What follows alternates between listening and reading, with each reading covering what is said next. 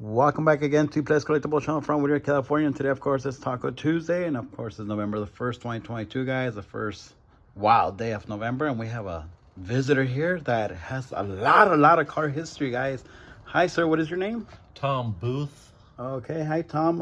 I know you were coming next door with your wife, but they're closed. And you decided to come in here and talk to us about your Hot Wheel adventure with Larry Woods. So what else can you tell us about your car club you got started? Well, in 1964, my brother and I, Bill, we started the Early Times Car Club because we were both in the LA Roadster Club, and we had so many friends that had coupes and sedans that couldn't be in there. So we started the Early Times Car Club in our garage in Compton, California in 1964. And there was 10 original charter members. And then Larry Woods was also in the club. He had joined a year or two later, but he's still in the club. And of course, he was the designer of the Hot Wheels for the last 30 or 40 years.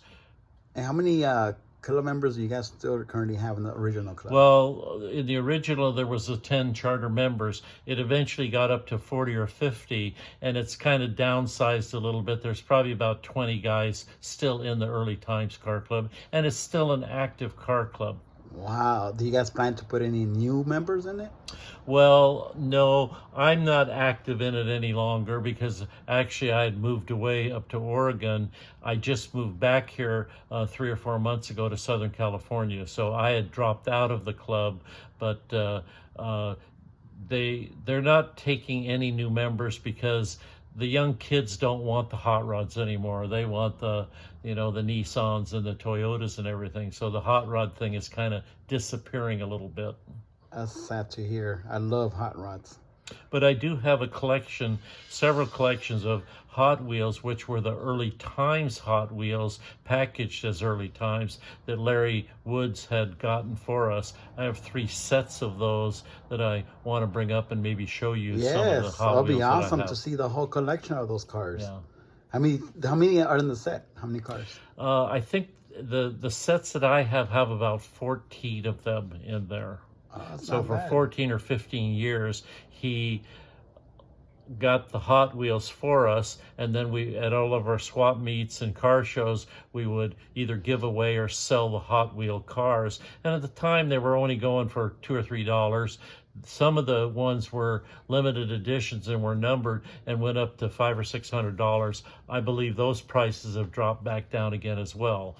But there were some valuable cars in those collections. I wouldn't mind having a set for myself to put it right here on the wall. Just have a little bit of history, you know. And I have them all in a plastic case that they come in as well too. So I'd like to come back up sometime and maybe bring a setup and show it to you. And I understand that you built a couple of cars in the past to present. Over the years, both my brother and I have built a lot of cars in the 60s and 70s, and most of the cars that we did then were either on the cover of Hot Rod or the car magazines, and we did a lot of movie work with our cars as well too, back in the 60s and 70s. Wow. Can you remember at least one movie? Well, one of the movies that it was in the most was a Doris Day Brian Keith movie, and it was called With 6 You Get Egg Rolls, and they used my tea bucket in that. And the nice part about that was that in most movies most shootings, they only keep it for a day or two. They kept that car for 6 or 8 weeks. So I made some decent money on the car because they kept it at the studio for that period of time. Wow. And what current cars do you have right now? What cars do you have? Well, right now I still have one of the latest cars that I've done is a 60 Nash Metropolitan. And the reason I did that one is because my wife and I had a 65 Chevy Nova that we bought brand new and had for 57 years, and we just sold it a couple of years ago.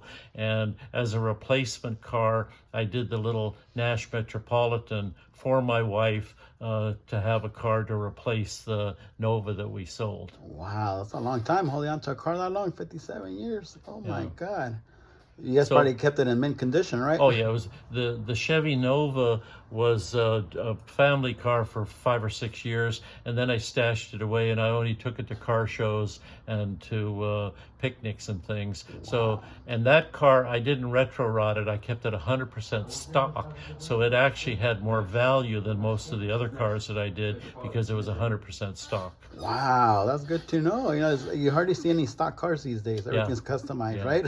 And let me show me your Early Times membership. The Early Times original membership is, here's a placard of it. It's a little glaring in the light, but these are the 10 original charter members, which is Bill Booth, Tom Booth, Jim Jacobs, which was very famous, Pete and Jake, and Dan Woods, very famous. Dan Woods did a lot of cars over the years, and Don Mabe, Joe Barnett, Sheldon Barden, Roger Brinkley, John Christopher, and Alan Barbie were the 10 original members in 1964. Oh my God. We met in our garage in Compton, California, until we moved into agencies and stuff like that. But 1964 is when the club started, and it's still an active club right now. Oh my God. Well, didn't you say you recently had a meeting, right, in Long Beach?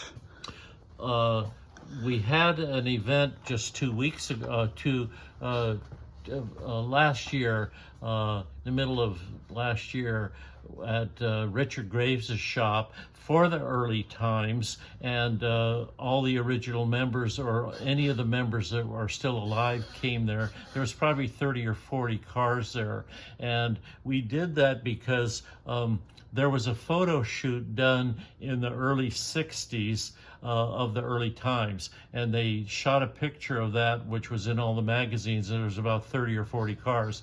They redid that shot 20 years later. So now we redid the shot again just last year. Wow, that's cool. Magazine. I know you showed me one of the pictures that was there, right? One of those cars. Let me see. Yeah, did you want to see? Yeah, let me see the picture, yeah. That one right there. That was one on the Hot Wheels made too. This is one of Richard Graves' car.